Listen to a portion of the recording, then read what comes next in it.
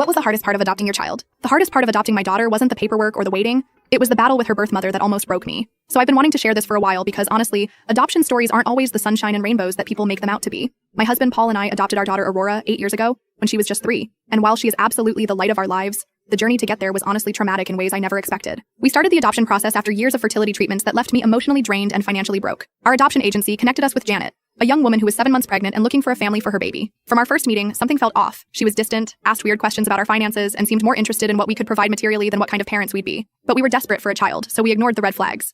After Aurora was born, everything seemed to go according to plan. Janet signed the initial paperwork, we took Aurora home, and began the post-placement period. For those who don't know how adoption works, there's typically a waiting period after placement before the adoption is finalized. During this time, the birth mother can technically change her mind. 3 weeks in, Janet started calling us constantly. She wanted more pictures, more updates, more money for medical expenses that seemed suspicious. Then she started showing up at our house unannounced. Once at 2 a.m., clearly intoxicated, demanding to hold Aurora. Paul had to threaten to call the police to get her to leave. I was terrified to sleep, constantly checking the doors and windows. Then she disappeared for 2 months. Complete silence. We started to breathe again, thinking maybe she'd moved on. The adoption agency assured us everything was proceeding normally, and we were getting close to our court date for finalization. 2 days before our court date, Janet filed paperwork to revoke her consent. She claimed she was coerced, that she wasn't in her right mind when she signed the papers, that we had manipulated her. None of it was true, but it didn't matter. The court had to investigate, and Aurora stayed with us while they did. What followed was 9 months of pure hell. 9 months of home visits from social workers, court appearances, psychological evaluations, and living in constant fear that someone would take our daughter away. Aurora was confused and started having night terrors. She'd wake up screaming for me, clutching at my clothes, begging me not to leave her. She was only 3, but somehow she knew something was wrong. She'd ask if she had to go away, if the other mommy was going to take her.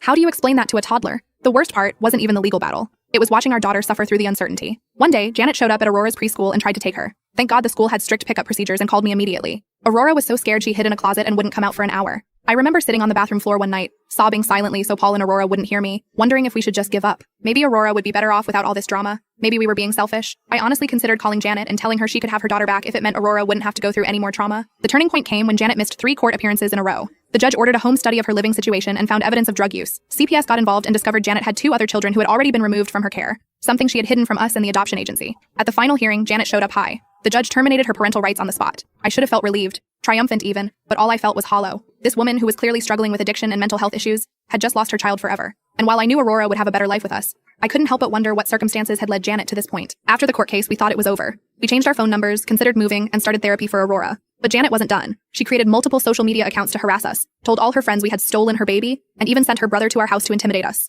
The hardest moment came when Aurora was 5, 2 years after the adoption was finalized. She came home from kindergarten crying because a woman had approached her at the playground during recess and told her that her real mommy misses her very much. The school security footage confirmed it was Janet. We filed for a restraining order that day.